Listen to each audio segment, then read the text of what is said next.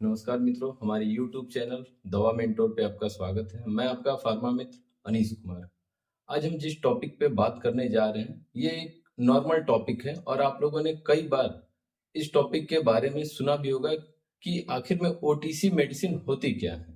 तो आज हम आपको बताते हैं कि ओटीसी मेडिसिन होती क्या है और इनके उपयोग क्या क्या होते हैं और कहाँ कहाँ ओटीसी मेडिसिन का इस्तेमाल करना चाहिए और कहाँ ओटीसी मेडिसिन का इस्तेमाल नहीं करना चाहिए।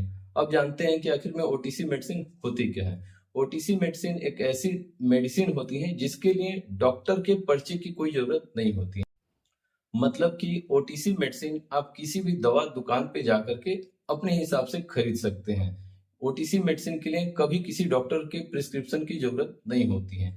लेकिन ओटीसी मेडिसिन का इस्तेमाल जो होता है वो बस हल्की फुल्की बीमारियों में किया जा सकता है, जैसे कि नॉर्मल बदन दर्द बुखार हो, नॉर्मल फीवर हो, कहीं अगर हल्का फुल्का चोट लगा हो, या फिर अगर आपको कभी कमजोरी टाइप की फील होती है तो कोई मल्टीविटामिन टाइप की कोई दवा लेनी हो, तो इस टाइप की जो भी मेडिसिन होती है ये सब ओटीसी कैटेगरी में आती हैं। और ओटीसी मेडिसिन को लेने के लिए आपको डॉक्टर के पर्चे की कोई जरूरत नहीं होती है।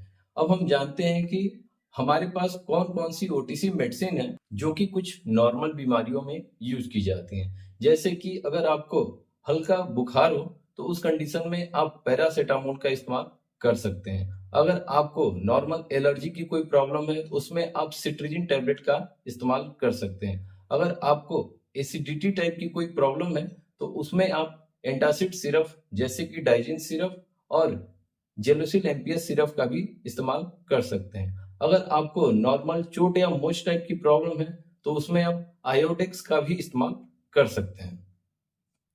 और डिहाइड्रेशन के केसेस में हम ओआरएस का इस्तेमाल कर सकते हैं। और इसके साथ ही साथ अगर कहीं कटे जले की प्रॉब्लम होती है तो उसमें हम सोफ्रामाइसिन क्रीम, बेटाडिन क्रीम या सिप्लाडिन क्रीम का भी इस्तेमाल कर सकते हैं। अब हम जानते हैं कि क्या ओटीसी मेडिसिन को हम लंबे समय तक यूज कर सकते हैं। तो नहीं, ओटीसी मेडिसिन बस एक नॉर्मल, एक मध्यवर्ती क्रम की दवा होती है जो कि नॉर्मल बीमारियों के लिए यूज की जाती हैं। इस दवा का इस्तेमाल आप ज्यादा दिनों तक नहीं कर सकते हैं। अगर आपको इस दवा का इस्तेमाल ज्यादा दिनों तक करना है तो कृपया आप अपने डॉक्टर की सलाह जरूर लें।